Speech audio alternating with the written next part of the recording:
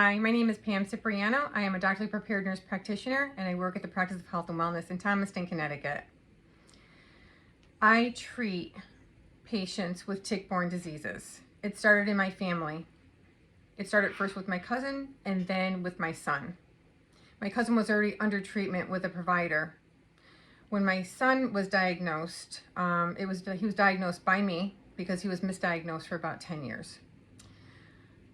The reason for this video is to discuss how to get better from a tick bite. We've talked about how to prevent tick bites, which clearly does not work. How to find the proper provider should you get bitten by a tick and have a bullseye rash. As I mentioned in a previous video, if you go to a provider who thinks that you have cellulitis or a ringworm and you work at a overnight camp for kids and work as a camp counselor, find a different provider. If that question was on the boards, there would be a lot of answering to if you actually got that question wrong. The way the boards work is they give you a scenario and you're supposed to read between the lines, and if somebody comes to your practice that works as a camp counselor with a bullseye rash, you don't diagnose them with cellulitis or ringworm. You have to presume it is a tick bite. It's better to give them a month's worth of antibiotics than to have them have years of disability. I'm going to be doing a program for the Connecticut APRN Society in Connecticut, and I will be discussing some research that I've been working on. One of the things that I will be discussing is the need to diagnose early. So if somebody does come to your office and you diagnose them with Lyme disease and you put them on a month's worth of antibiotics, you've just saved them years of problems and issues and possibly death, because Lyme disease and other tick-borne diseases do result in death if it's not taken care of. But one of the most important things to think about is when somebody does have a tick bite with a bullseye rash, what are the ramifications of not treating? And that's the people that I end up with. I end up with people who've been to see 4, 6, 8, 10, 12 other providers who, again, misdiagnosed them. Having said that, if you have not watched The Quiet Epidemic yet, please do so, because that is going to be one of the most important educational videos / documentaries that you can possibly watch. It's very thorough.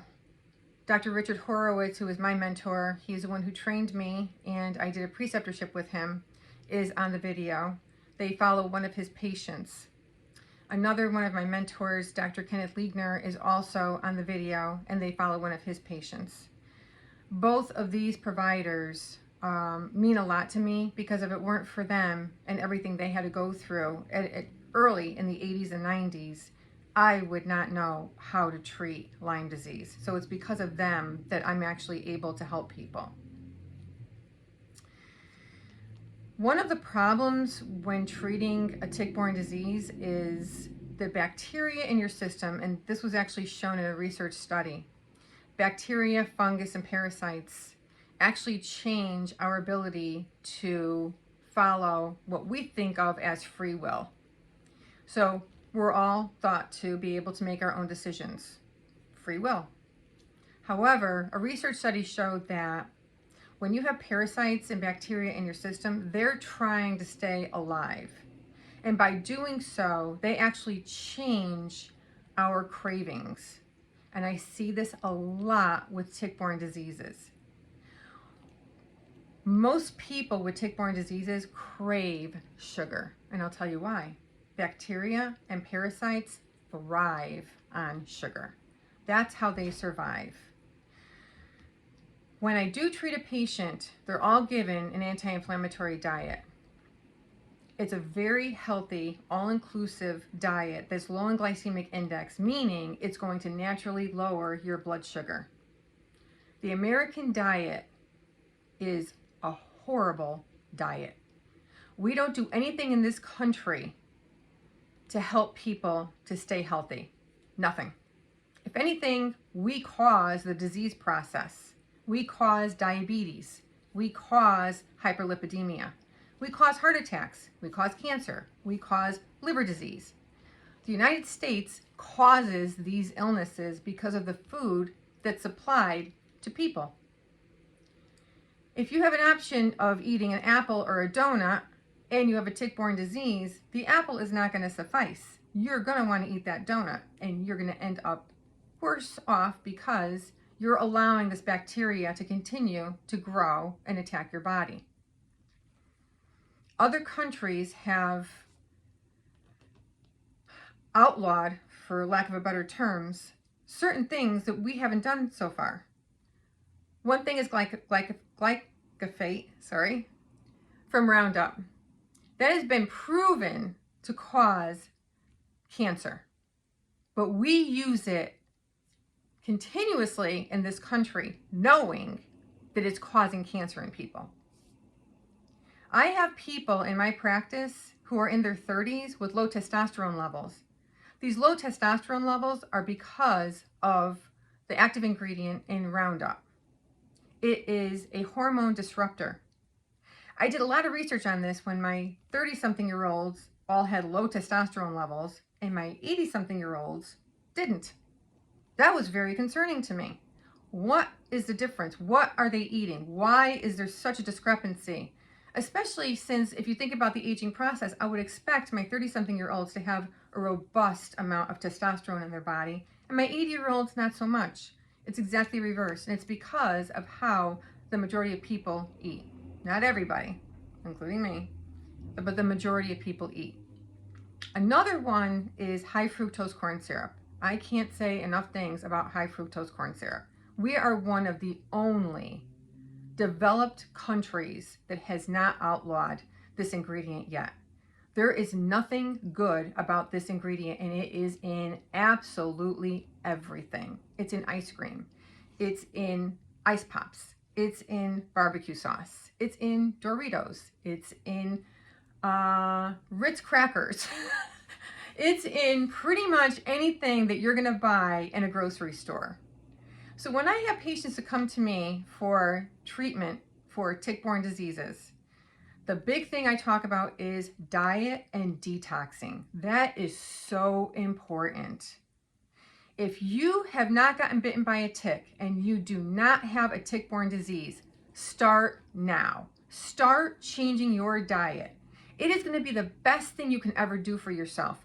Not only are you going to get healthier, but you're going to be so in tune with your body that if you did get bit by a tick, you'll know within a couple of weeks, because you're not going to feel sickly from the food that you're eating. You're actually going to feel healthy.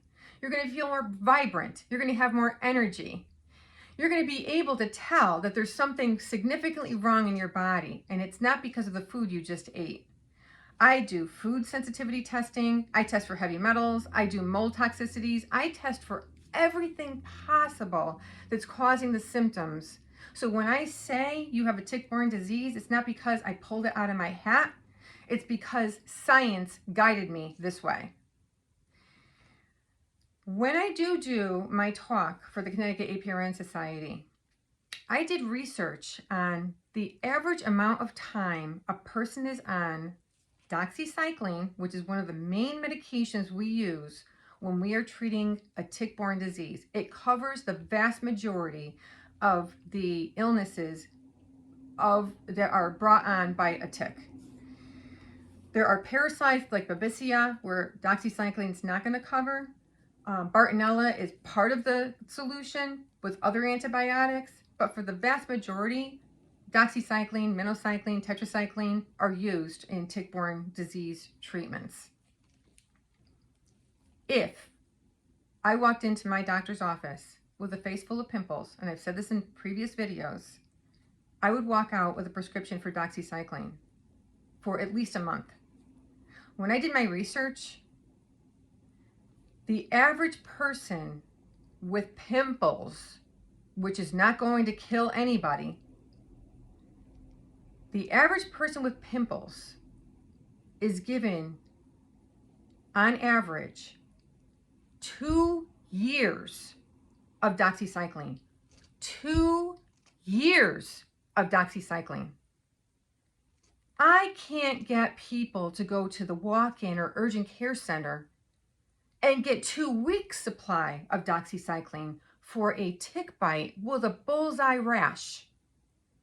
2 weeks. We know through research that we have to cover that 3-week cycle.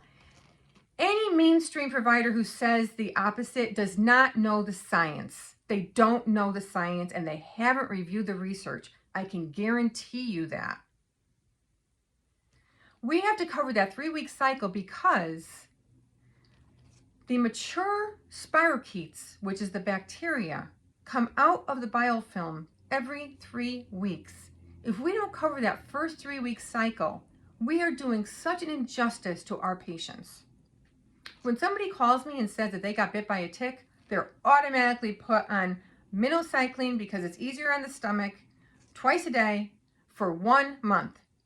Not only that, they're also instructed to start liquid stevia. It's in the literature. It helps to kill off persister cells. It helps to open up that biofilm to kill off those persister cells. Serrapeptase, which is a silkworm derivative. For a silkworm to open up and become a moth, it has to break through the cocoon. It excretes serrapeptase. When humans take serrapeptase internally, it eats away at anything that's a non-living organism. Biofilm is a non-living organism. It is something that's created from the bacteria from a tick bite using your proteins to create a housing system inside your body. The serrapeptase will help to open up that biofilm. The combination of the liquid stevia and the serrapeptase kill off the persister cells. In addition to that, they also are instructed to start monolaurin. Monolaurin is a coconut derivative.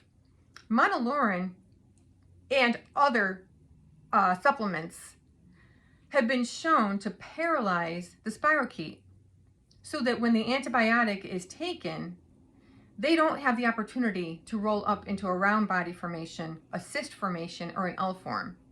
When they do that, the receptors on the belly of the spirochete are covered. They roll up into little balls.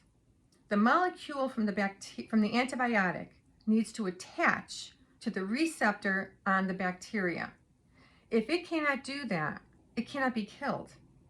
Additionally, the spirochetes can stay in a cyst, round body, L form for up to 2 years. 2 years. 2 years later, they can unravel and start the process all over again. So when I treat for everything. You're going to fill out the Dr. Horowitz multi-system diagnostic screening tool. Several questions are there. And it lets us know, based on the number, is this a tick-borne disease? Greater than 46 is generally a tick-borne disease.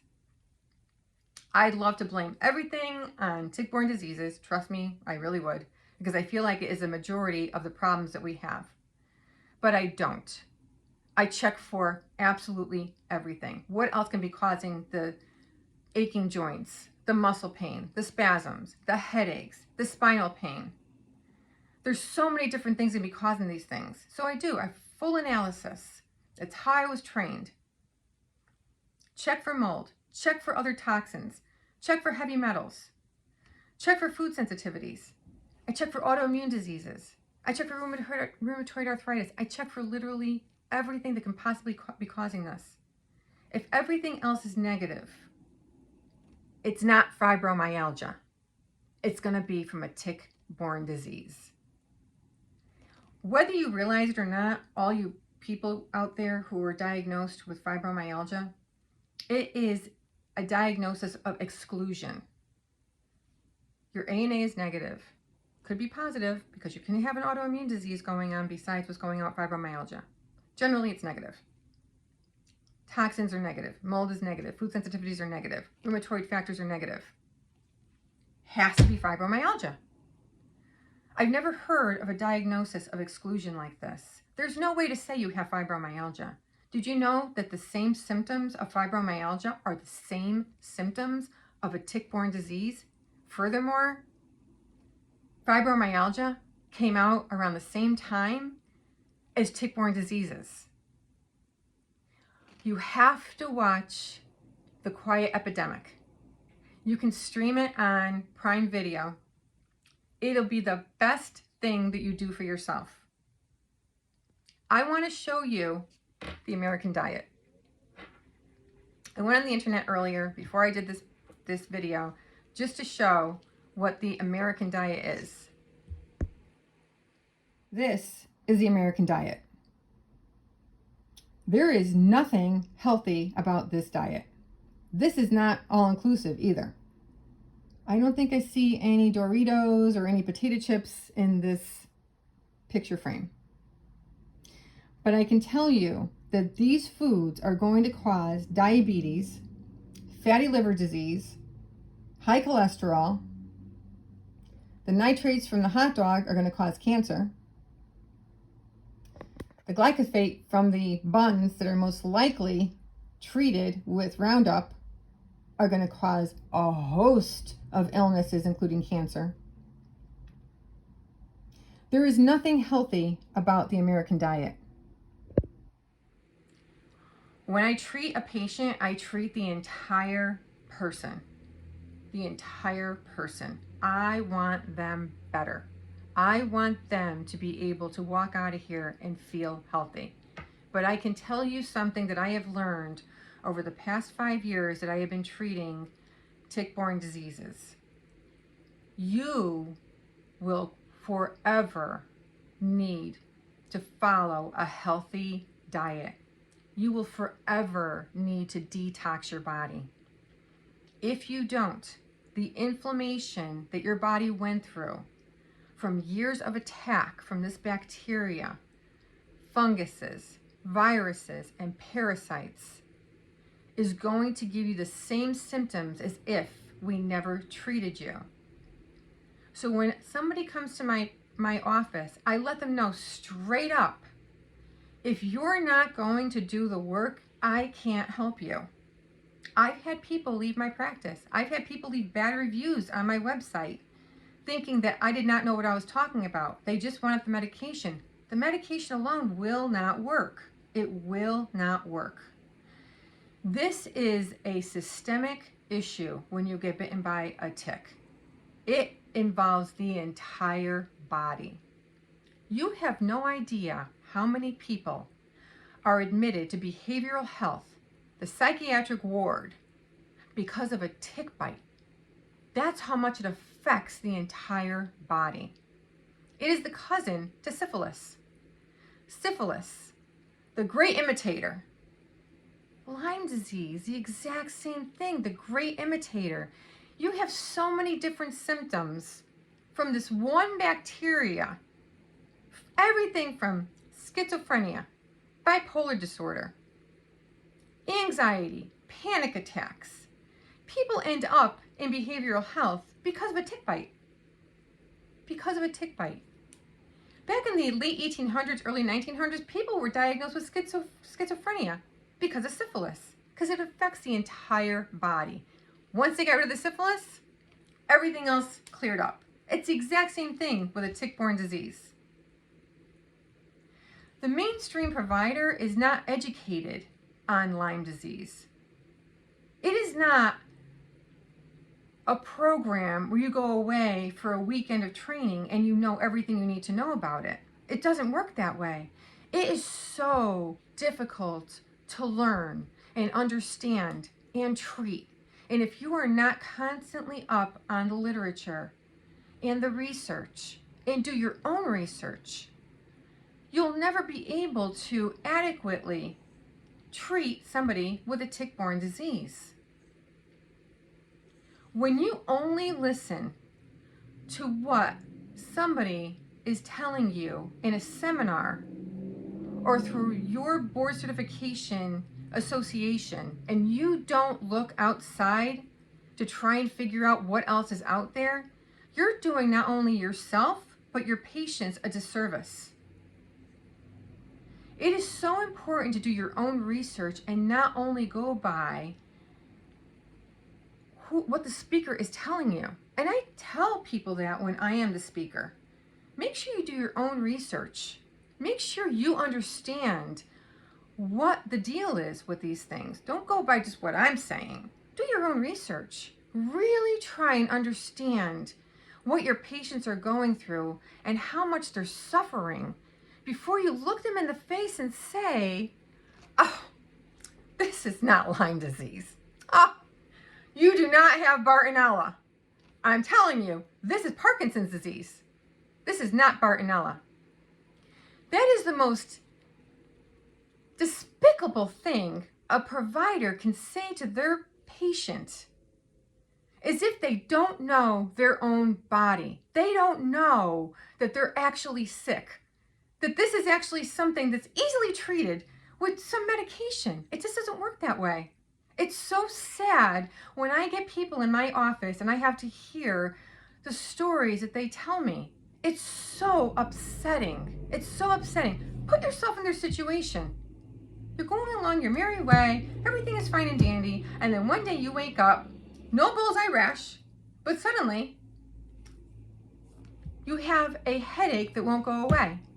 You have a knee pain that is inflamed and won't go away. You have pain in your elbow today. You have pain in your shoulder tomorrow. You have pain in your neck and your back. That is not normal. And then you get tested and you find out you actually have a tick-borne disease.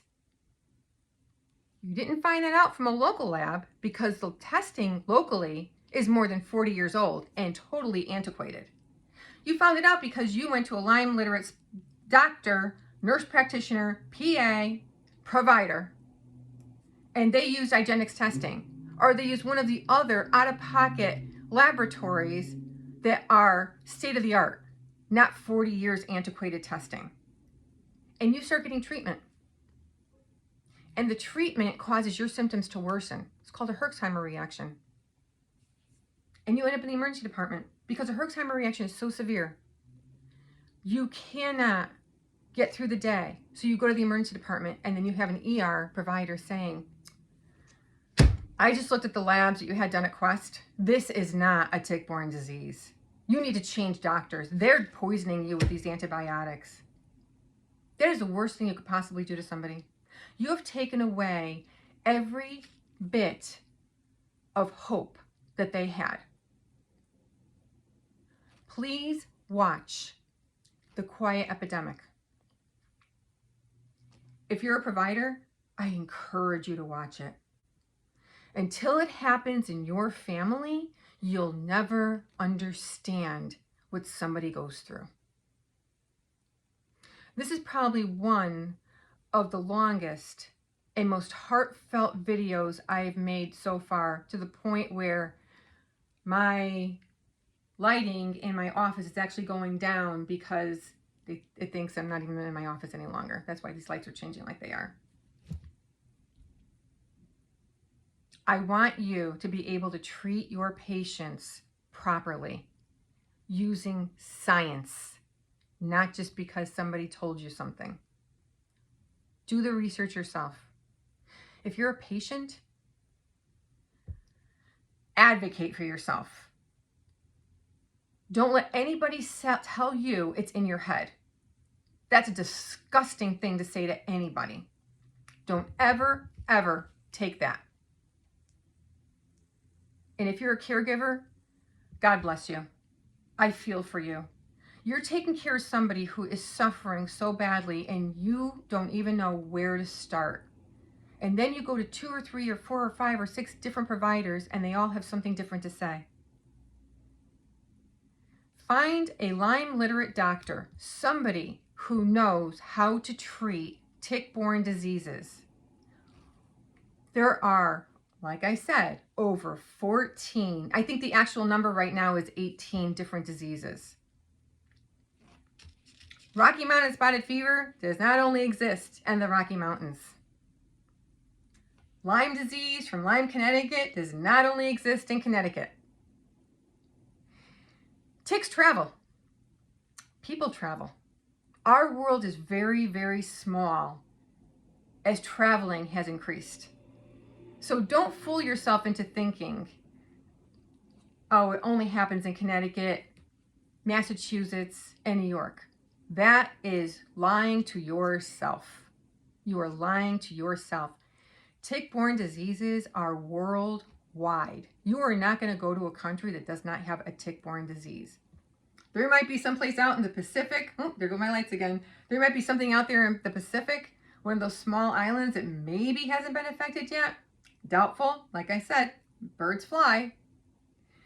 Watch the quiet epidemic and see what they take off of these small birds that migrate. I will see you in the next video. Thank you so much for watching. If you need a Lyme literate provider, please give us a call. The Practice of Health and Wellness. We're located at 130 South Main Street in Thomaston, Connecticut. We're directly across the street from the Seth Thomas Clock Factory. I really want to help you. And I have my preceptors, my role models that trained me on speed dial. So if I don't know, I can call them. Visit us, thepracticeofhealthandwellness.com. Have a blessed and safe day. Bye.